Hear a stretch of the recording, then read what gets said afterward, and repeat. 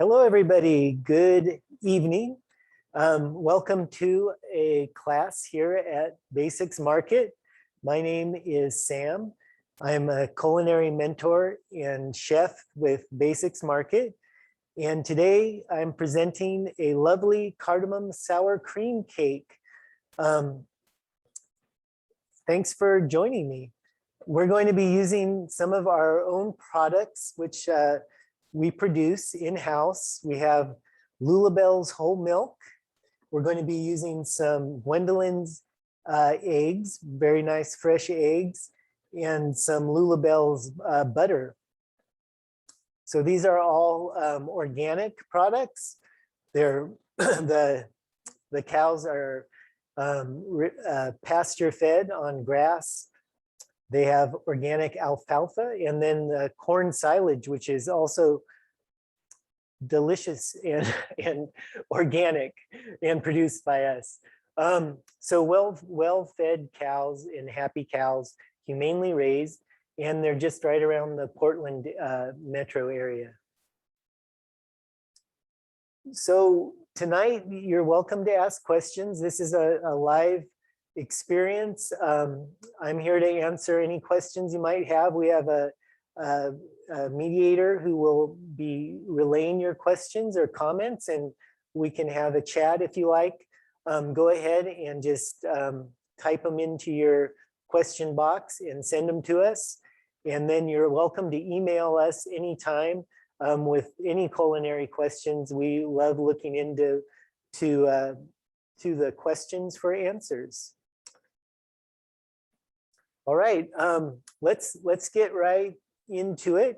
So this is a cardamom cake. So and we have a really nice strong cardamom note on it. And so it's a bundt cake form that we're doing here, but you can make this cake into cupcakes, or you could do it in a pan, loaf pan. You could do it in a regular cake pan. Any sort of shape you like. First step is you want to have your oven on, and 325 degrees is a good temperature here. You want it, it's going to cook it kind of gently, and it's a long cook. So you're looking at 50 minutes, so close to an hour. And it usually, in the bundt cake form anyway, it'll go a little bit over an hour, I find, at least in the ovens I've used thus far. You know, every oven's a little different, so make sure to check it at 45 minutes and then start gauging it from there. But we'll talk more about the bake towards the end. Let's get into it. I have a medium-sized bowl here, and I'm going to sift my dry ingredients in there. I'm just using a sieve here. You can also, it's fine if you don't have a sieve or a sifter. You can just whisk your dry ingredients when you're making a cake or something like this, and that works great as well. Whisking will, or I'm sorry, sifting will give you a little bit of a fluff and mix things together very evenly and get any lumps out of any of the dry ingredients that may be there. All right, so we're looking at 2 cups of all-purpose flour. This is unbleached all-purpose flour. And I'm using the Bob's Red Mill, which is a really great local company for us here in Portland. And they do all stone wheel grinds, so stone ground flours and such. And it makes a really big difference in the texture of things. And it's a beautiful flour if you have that available, which you do at Basics Market. And so what I've done here is I've leveled the flour, and you always want to level your dry ingredients when you're baking to get accurate measurements. Baking is a real science. You know, you're putting together ingredients which are going to work in unison and in balance to create a different thing than to change form, right? So it's alchemy. So I'm going to go ahead and sift a little of this flour through, and then I've got my salt. So we've got, well, let's go ahead. We'll go in order, right? I want to get out of order here. So 2.5 teaspoons of cardamom. And so this is a nice healthy amount of cardamom, like I mentioned before, and this is ground cardamom. Cardamom is a seed. Well, it's a plant, but the spice comes from the seed, and we have some of the seed here. And this is green cardamom. And the variety of cardamom, the genres are green and black. And what you're going to be seeing mostly in markets and what's used most widely used is the green cardamom. Cardamom is a relative of the ginger plant, and it has a lot of those same wonderful properties that ginger has. It was originally, here's the salt. This is a 1/4 teaspoon of salt, and this is the 2 teaspoons of baking soda. All right. Originally, cardamom was used for a lot of medicinal purposes, and it's still used for those things. It's used in a lot of gums and toothpaste and things like that. It's really good for oral health and fresh breath. It also has antimicrobial properties, antioxidant properties, anti-inflammatory properties. So it's really, really good for you. And it's also enjoyed in beverages in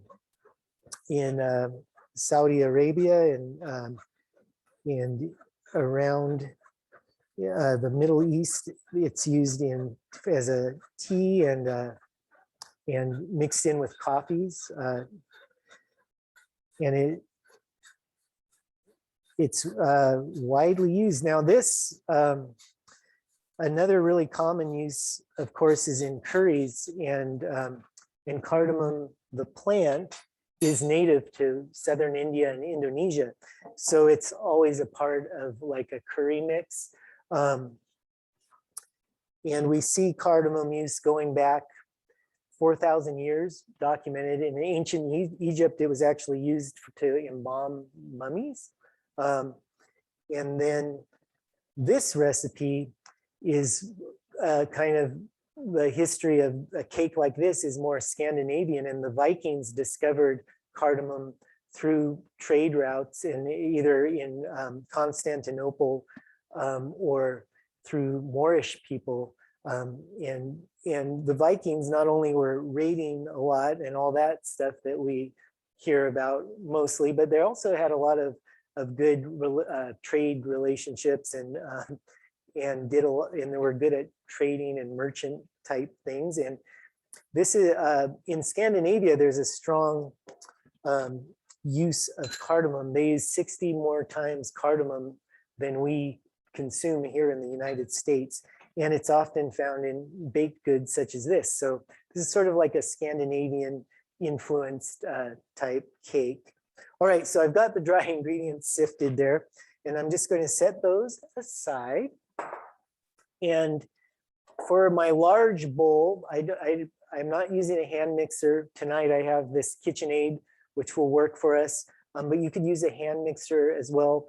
But some sort of electric mixer is really handy for making a cake or a cookie recipe where you need to really whip up the butter and sugar together. So I have my Lulabelle's butter, and this is unsalted butter, and it's a really just a delicious pure butter. And I have 2 cubes of butter will give us our cup of butter. A cube of butter is half a cup, or 8 tablespoons. And I'm just cutting it up a little bit. I have this butter at room temperature, so it'll blend easier with our sugar. And so pretty classic beginning of a cake or a cookie. You want to blend your butter and sugar together until it gets kind of light and fluffy. So I'm going to put some of my sugar in. I'm going to do like half of the sugar. And this is 1.5 cups of sugar total. And I'm going to whack it around in there, and pardon the noise.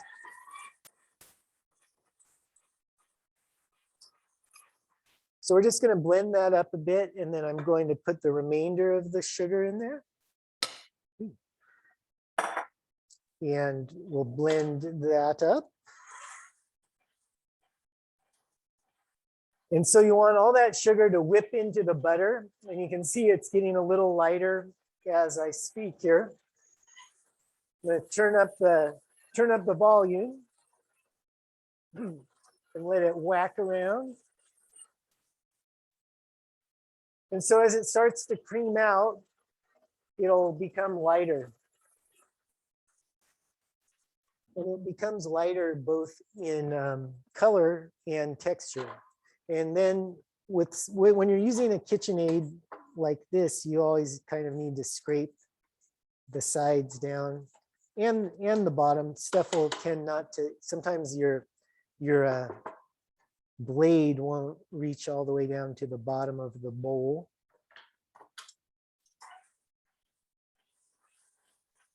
All right, so that's pretty well whacked, and I think that's the technical term here, whacked butter. All right, so we've got our butter and sugar in there, and now we've got our dry ingredients. So, I didn't follow everything in order. I realized we should grease up our cake pan. So take a little break from this. This is consent, and we'll oil or grease up our bundt pan here. So I just have a little bit of butter, and I like to just rub that around. And you just want to get all the corners. The butter adds a really nice flavor to the outside of the crust.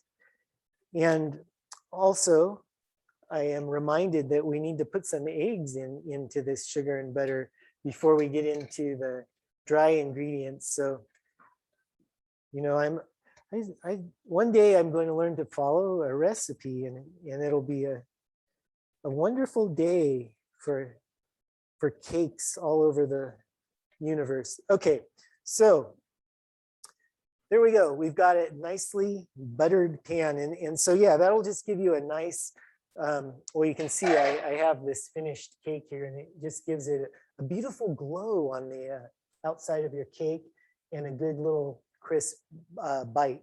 Okay, so let's get into the eggs, right?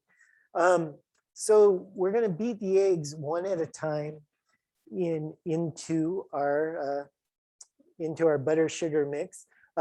So I have the beautiful Gwendolyn's eggs. And so these are raised right here in the Willamette Valley, only minutes away from where I stand now. And they come in all kinds of colors, you can see here. And these are really nice big ones, always fresh and always available at the basics markets. So a great way to crack an egg is just right on a flat surface like that, kind of keeping your hand over it. And it should, usually it'll just crack right. You'll get a good straight crack when you do it that way. So also I'm cracking, you'll notice, into a bowl first and then putting it into my deal here. And that is, that's so if there's any fragments or anything like that, I can pull them out. So you just want to beat the eggs in one at a time. So there's one. There's two.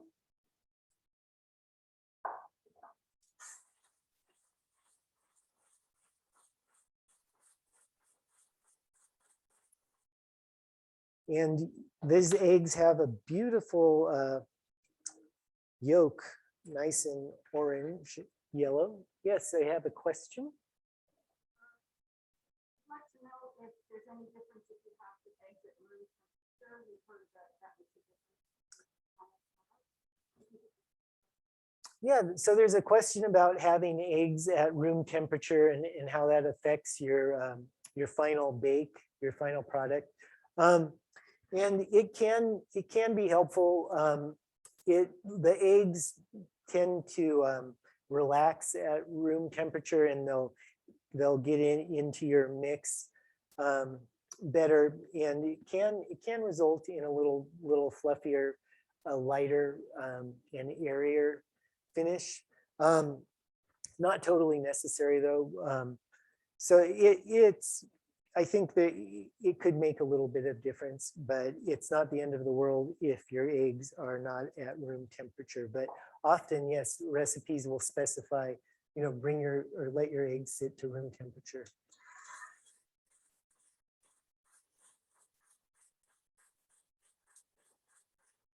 And that's really a neat thing about eggs, well, like fresh eggs and eggs that, you gathered yourself from your own chickens, is you don't want to refrigerate them, and they come naturally with a coating on the shell that preserves them at room temperature, and you can have them like for a week just on your counter and use them, and it's pretty neat. Their eggs are amazing, and we'll be talking more about eggs.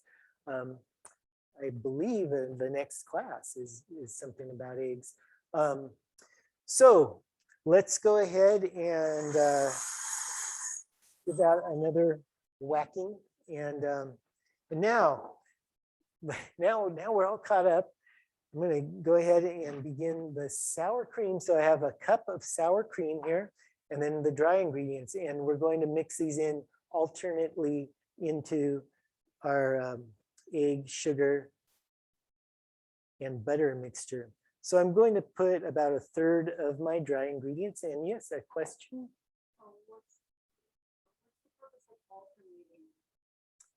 So the question is, why alternate your sour cream and your dry ingredients? And the purpose there is just to get those dry ingredients really integrated into the wet ingredients. And again, this is a great overall technique when you're making a cake or muffins or cookies, things like that.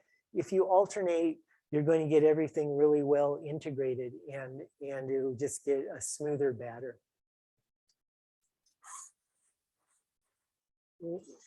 And another good trick is, don't just crank up your motor right away when you're using one of these, because you'll get a face full of flour.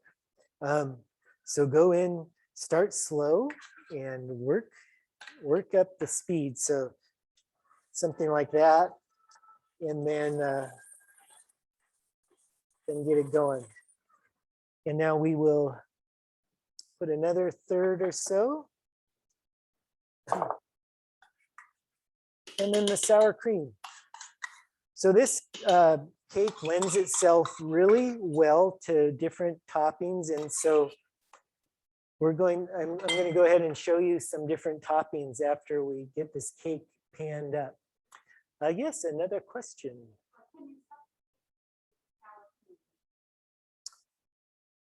Yeah, you could substitute yogurt if you wanted, or you could try even a non-dairy like sour cream or yogurt type thing. I haven't tried that with this recipe, but I think you'd get a delicious cake. So I mean, I would, if it's like a dairy issue, you could try like a non-dairy yogurt type thing, maybe a coconut yogurt or a cashew yogurt, one of the one of the richer style non-dairy yogurts.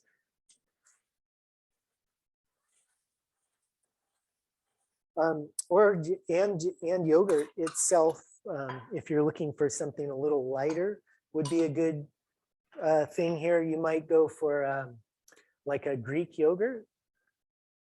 It would be, I think, a great just substitute. All right, and that's our final dry ingredient addition.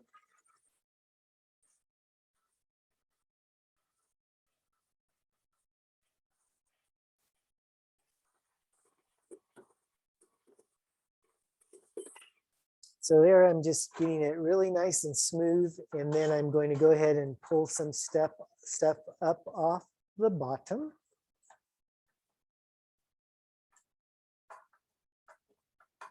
And then we're going to add some vanilla And so I have 1 teaspoon of vanilla here. I almost lost it. And that's just vanilla extract.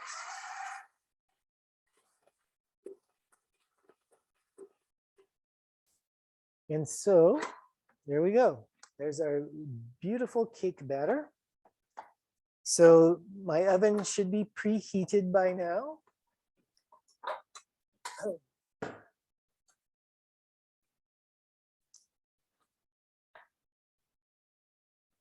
And I have the bundt pan greased up. And as I mentioned, so you can, this makes a really good cupcake if you enjoy cupcakes, and then you can make like a cardamom icing or frosting. Or I'm going to go, I'm hoping to show, have time to show you a lemon glaze, a real simple lemon glaze would be good on a cupcake style here. If you go into a smaller pan, like I've done this in a bunch of little like loaf pans, it's really, really cute. And you just bring your cook time down a little bit. So again, you just want to check often. So if you're doing like cupcakes, for example, I'd check it at 25 minutes. This is a really, it's a really wet batter, so it does take a while. As I mentioned in the beginning of the class, it's a 50-minute recommended cook time, and it usually is a little over. And so along those lines, to check when a cake is done, or a muffin or something like that, you can take a toothpick or a little knife, like a paring knife, and you just poke it in there when you think it's about done. And you look, and if it comes out clean, if there's no like wet stuff, batter stuck to it, you're good to go. And that's always a great test for your baked goods. Okay, we have another question. Yes. If you don't happen to have a bundt pan, Yeah, so if you don't have a bundt pan, you're welcome to use all kinds of stuff. As I mentioned, this works. So like for cupcakes, you could just go into muffin tins. You can go into a regular, like a 9-inch cake pan, like a flat pan, or you could even layer this out, put them in 2 9-inch pans. But again, if you change the form that you're putting it into, you're going to want to adjust your cooking time. And that's all I would recommend. If you go into a smaller space, it will cook, it will bake faster. So just think about that and check it often during the bake. So this cake rises quite a bit. And so as it cooks, it's going to pop right out of this, pretty good. So it has a really nice rise to it. So that's it. And then I'm just pop this in the oven, and I'll check this at 45 minutes, 40 minutes, 45 minutes, make sure everything's going well. And then probably go another 10 minutes, check it at 50, and then at 55. And as I mentioned, in this format, it can take up to an hour, but it could be as little as 50 minutes. So it really depends upon how your personal oven works.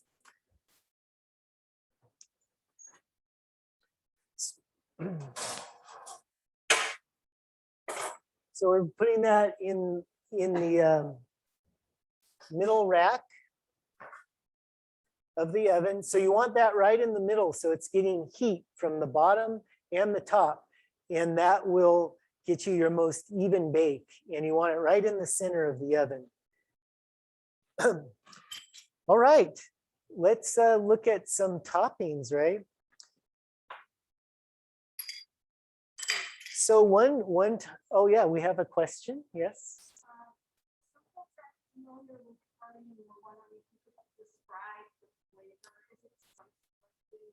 Oh yeah, yeah. Okay, yeah, the question is, you know, what's the flavor of cardamom all about? And cardamom, it is in the ginger family. And there's the white cardamom and the black cardamom, and they have slightly different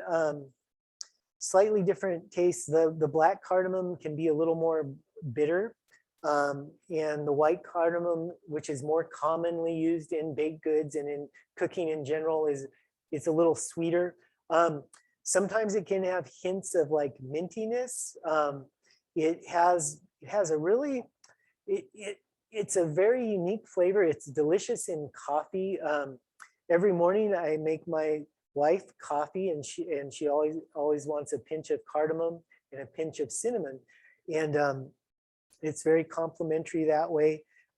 In some countries, they roast the cardamom seeds with the coffee beans, and they make like a grind of that. It's you almost just, I don't know how to describe it. It's really delicious. I love it, and I mean, I'm a big fan of ginger, so I really enjoy the cardamom as well. It has it's not really spicy, but it definitely has a pronounced flavor.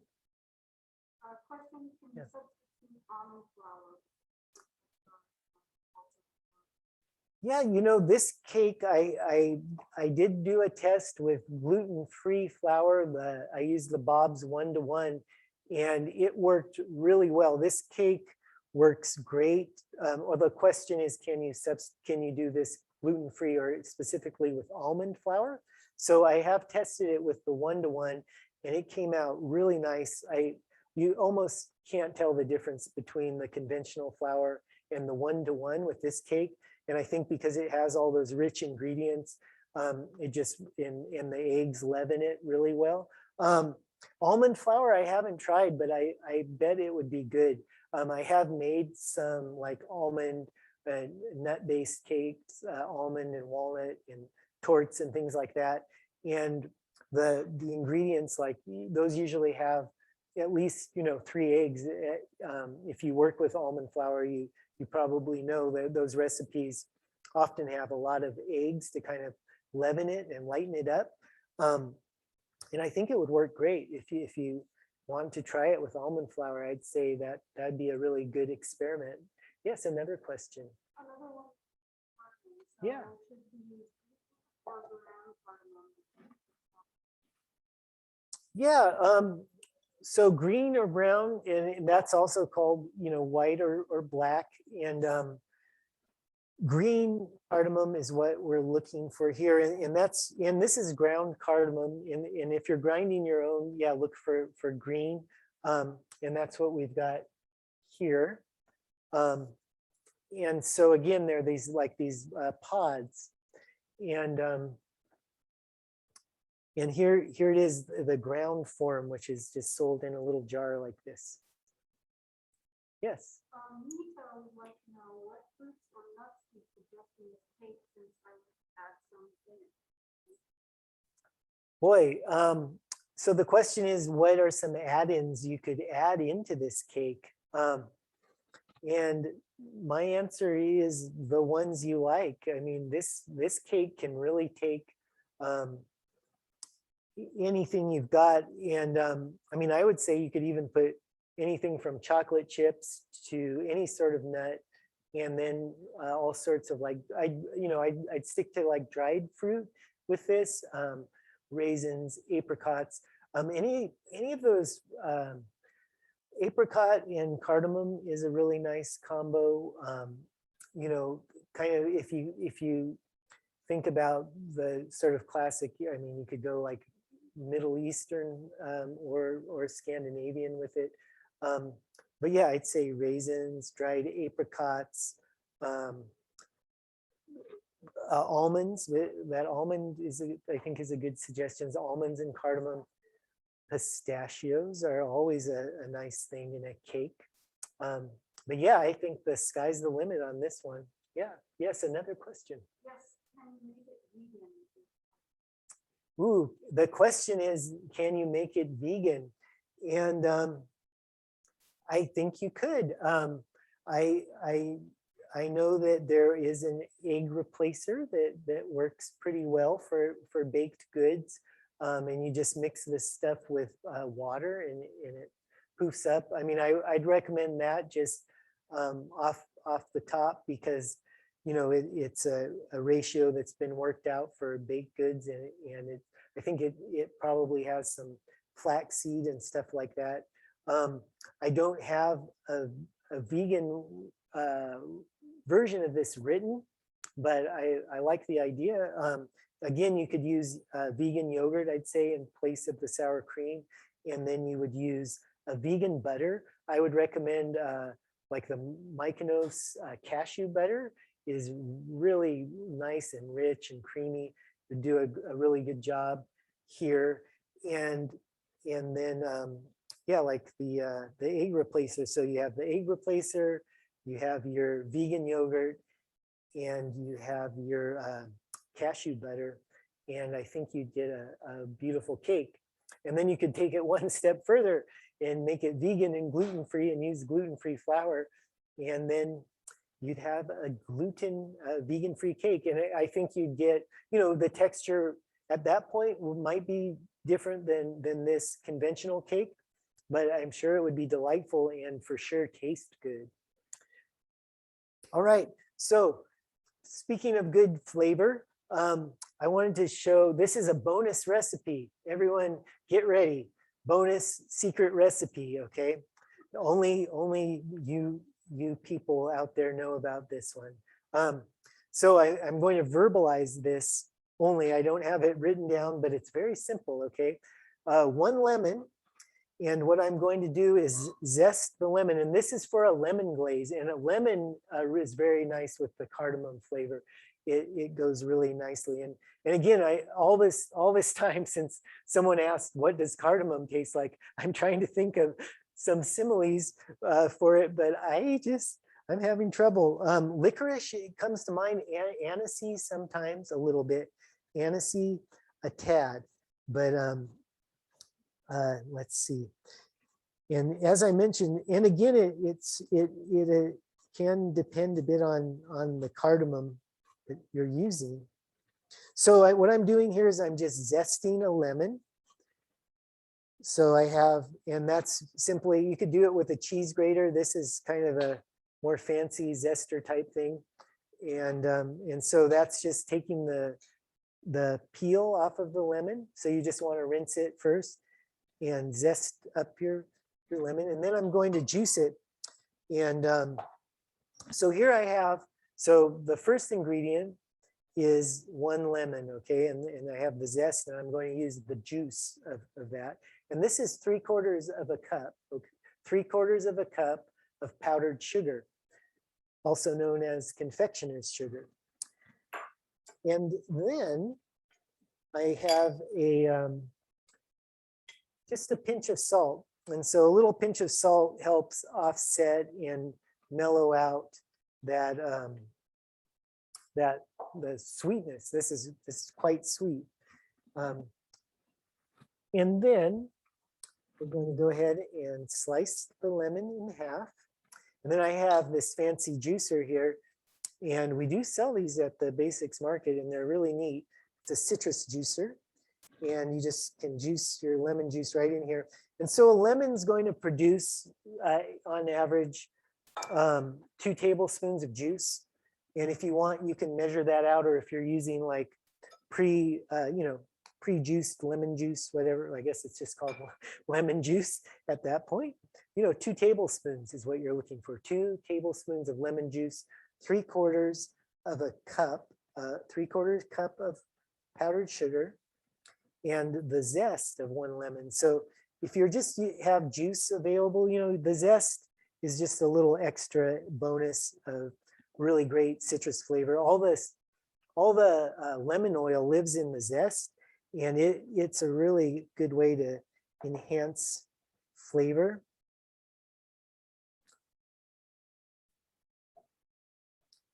All right, and so you just whisk that stuff together until it's smooth, and you get a nice glaze. And so this one, that lemon, you know, it might have had a little more than 2 tablespoons. So I would maybe end up adding a little more powdered sugar to get this to a thicker consistency if I wanted. If I wanted to thin it out, I could add more lemon juice or even a little bit of water if I didn't have any more lemon, and that would be fine. So for the first, just to kind of see what that looks like, I'm going to go ahead and we'll slice into this beauty here.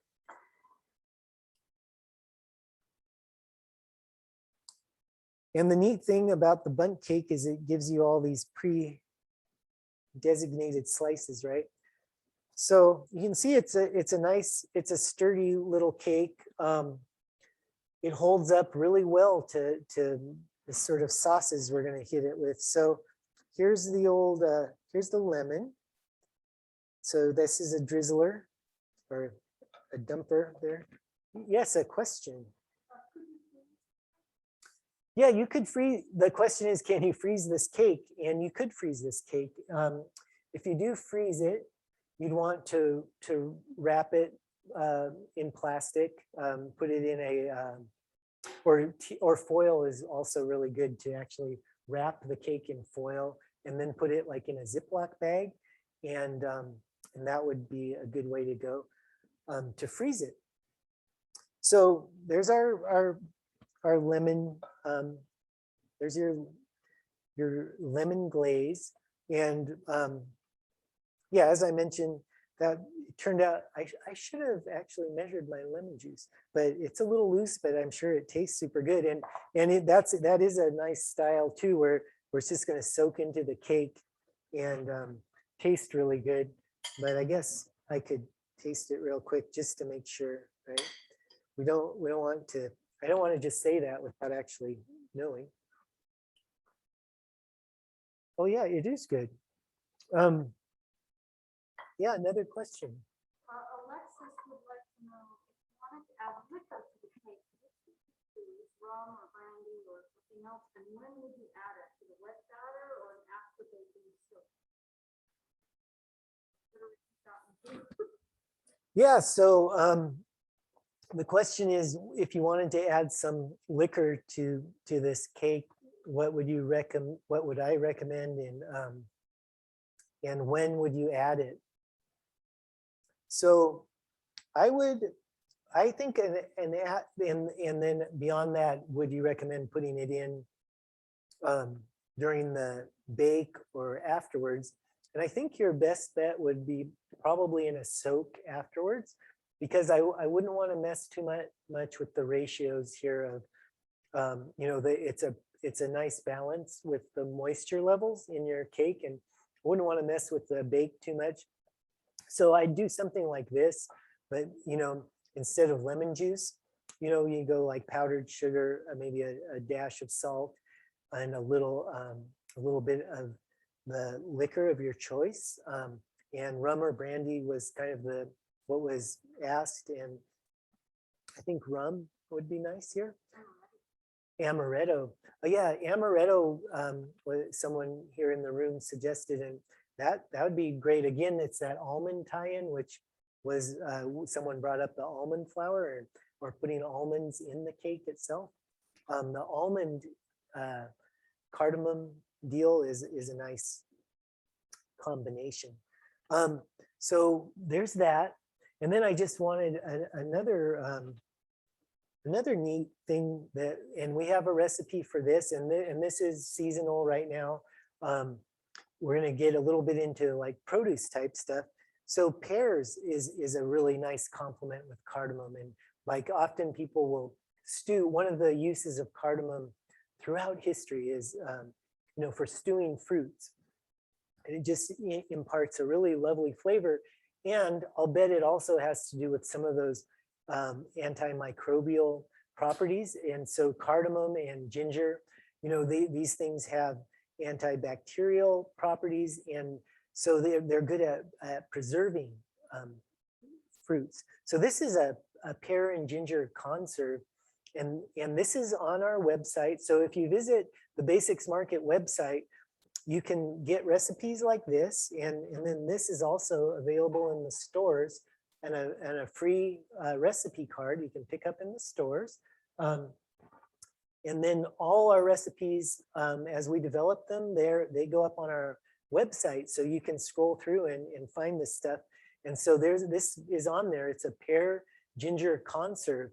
And so you're going to have the ginger and the cardamom working together here. And that's going to be really nice. So I'm going to cut another slice of cake and go ahead and pop that compote, not conserve. Thank you. So it's actually called pear ginger compote. All right. Okay, so we put that down, and there it is. That's a real easy one, and this is nice on all kinds of things. It's, you know, it's basically like a good jam kind of deal, or a nice pear flavor and ginger. So we have pears on sale this weekend at the Basics markets. All the produce, in fact, is 20% off. So we're going to be looking at some of this fall produce. These beautiful pears here. You know, you could use for this, I think it calls for a couple pounds of pears. So a good chance to try this out and get a good deal on pears. And I just mix and match with the pears. And then here, peaches are at the end of the season. It's a good time to pick up some peaches. And so like with the peach, you know, I would just slice it and put it on with some whipping cream. And so I also like to get into some whipped cream real quick. Yes, another question. Paulette wants you to know that topping for the cake is sour cream, honey, and some vanilla. All right, so we had one of the students said that they just made a topping with some sour cream, honey, and vanilla. They used some leftover sour cream from the cake and made a topping, which is a great idea, a good way to utilize all your ingredients, which is, you know, that is good, good chef thinking there. Okay. So I have some of this, the Lulabelle's heavy whipping cream, and this is a really great whipping cream. It's organic and it doesn't have anything in there except cream. So whipping creams can have additives and things in them that will actually not help with the whip. So this very pure natural whipping cream whips up really easily, and I'm just going to whip some up right now. And in this whipping cream, I'm just going to put a little powdered sugar, and I will put a little touch of vanilla. And you could put a little pinch of cardamom in your whipping cream as well. And so I just use a whisk. And I just wanted to demonstrate how quickly this whipping cream will whip up.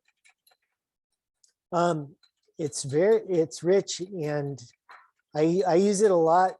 I mean, I use it constantly, and it's great for like pasta sauces and anywhere you want to add a little richness. It has no gums or stabilizers added. It's just milk. So you can see it's already getting nice and thick.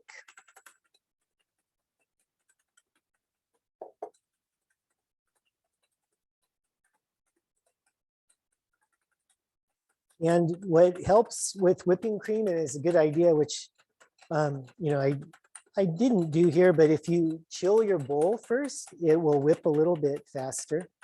But you can see we're almost there. And I probably won't fall over after this.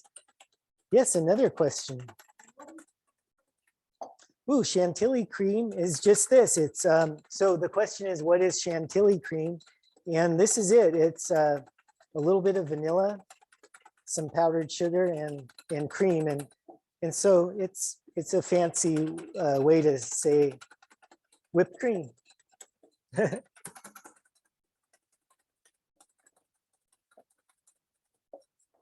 Okay, so there it is. And so that's not too bad, right? And if you use an electric mixer, of course, it happens really quick.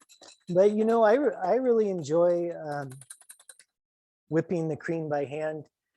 It's great exercise, and it gets you in touch with your whipping cream, right? With your whipped cream. So, or with your cream, and then it becomes whipped cream. So let's go ahead and dollop whipped cream on there. And so this is another way to enjoy it. You could just have it like this. And as I mentioned, you could put a little dash of cardamom. Oh yeah, and then a little hint of the vanilla. And there it is, a lovely whipped cream. And then, so produce wise, let's get back to that. So 20% off all weekend at the Basics Market.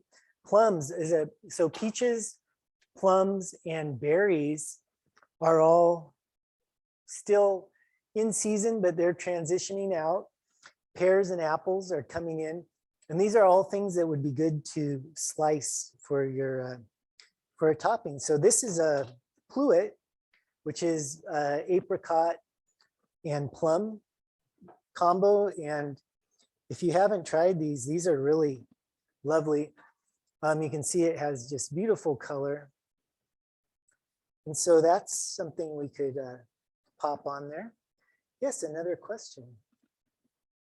Or is there another question? I'm sorry, I missed. Not another question, but maybe some answers. Does anyone have any answers out there? Okay, here, how about an answer with some berries? So there's a beautiful pluot and blueberry deal. All right.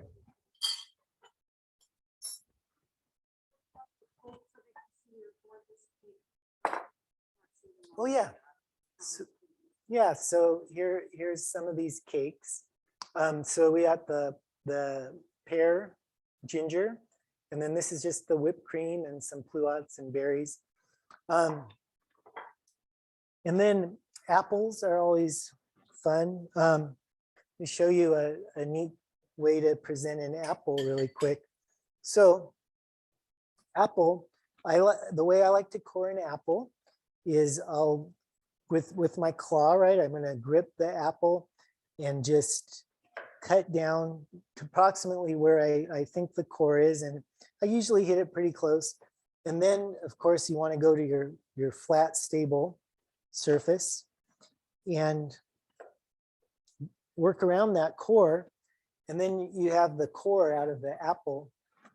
And then from here, we can just cut it thinly, slice it thinly. And for this, you kind of want to keep pressure on both sides of the apple. So you kind of pinch it, right? And then draw the knife through and go as thin as you can. And always watching your fingers, of course. And then the juice from the apple should, hold it together. And then you can get like this sort of thing. And then that can go on top of your cake. And that's pretty cool. And then you've got a wing, you've got the wing of the swan. And that's kind of fun.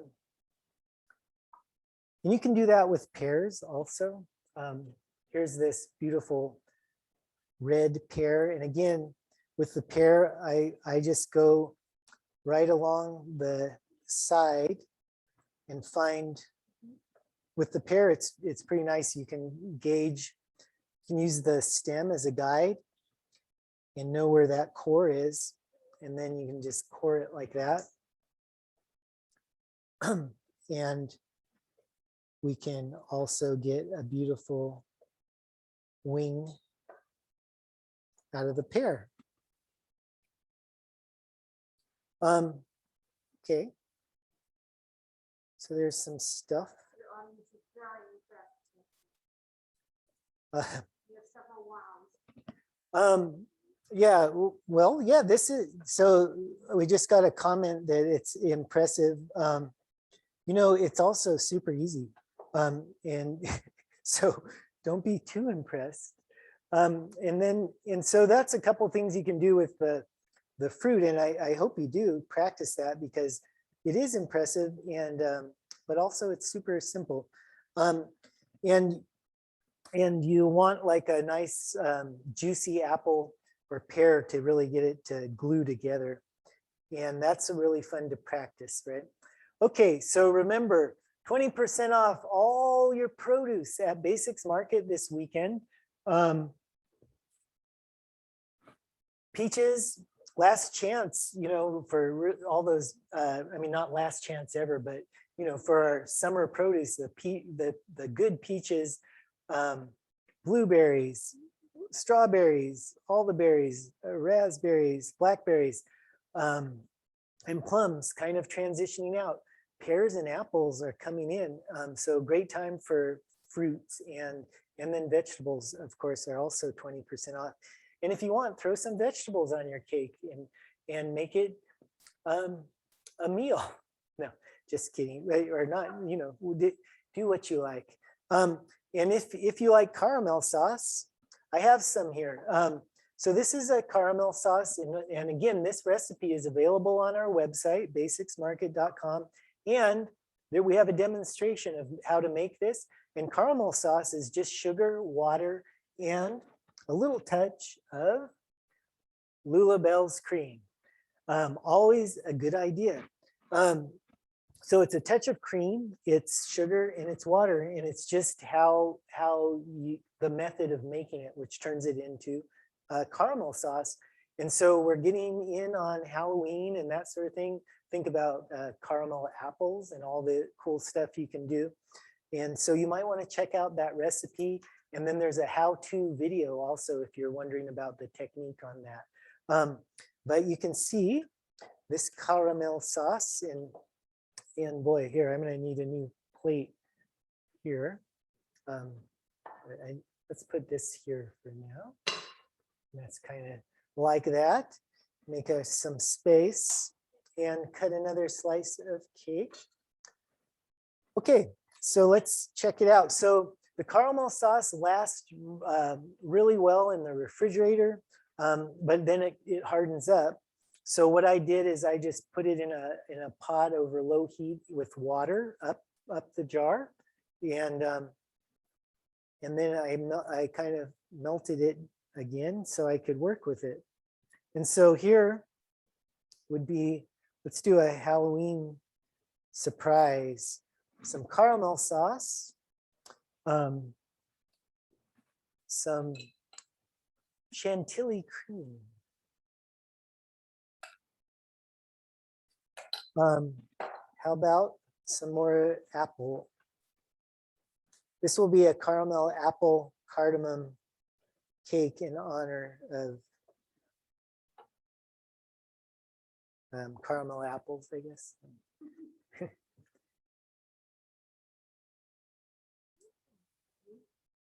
So you go like that, and then you could drizzle it up, right? And get wild, get nuts, and then get some almonds and pistachios or something, and go like this. And then you do some of these dots. Whoops, that's a glob, not a, you know, this is rustic fine dining, but you get the idea. You do some nice dots around there, which those are not, but I hope you get inspired by that at least. And here it comes right towards you. But it's really fun to make the caramel sauce. So if you like that sort of thing, I'd recommend that. One of my daughters cannot stand caramel sauce, so I don't make a lot of it at home, or if I do, I have to make her an alternate sauce. And she never has liked it ever since she was a baby. It's strange to me because I really enjoy it. But anyway, a great combo with the apple and so forth. The lemon glaze, please do try that. In fact, Troy, real quick, could you hand me that powdered sugar that's in the deal? I just can't stand that I be right back. Thank you. I didn't give myself enough powdered sugar to really make this glaze proper. And so I'd like to try to redeem it. And like I said, this is fine if, and it's a good, like someone wanted to use a little liquor in where you'd want to soak, and this consistency would work for that. But I really wanted more of a glaze. So I would recommend, you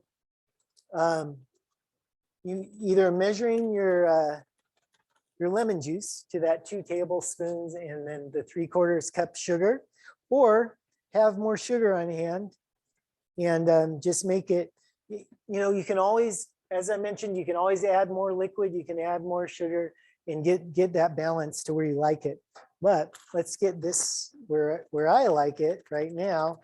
And so what will happen with the thicker glaze is once it cools, you'll get that nice kind of like coffee cake consistency. And that's really neat, like for to get that kind of crispy texture, something like that. So let's see what this does real quick, and then we'll get down to some more business. So yeah, that's kind of more what I'm looking for with the lemon glaze. You can see, I hope, that it set up nice, and redemption is mine. So this cardamom cake brings out my inner Viking. And that's really nice.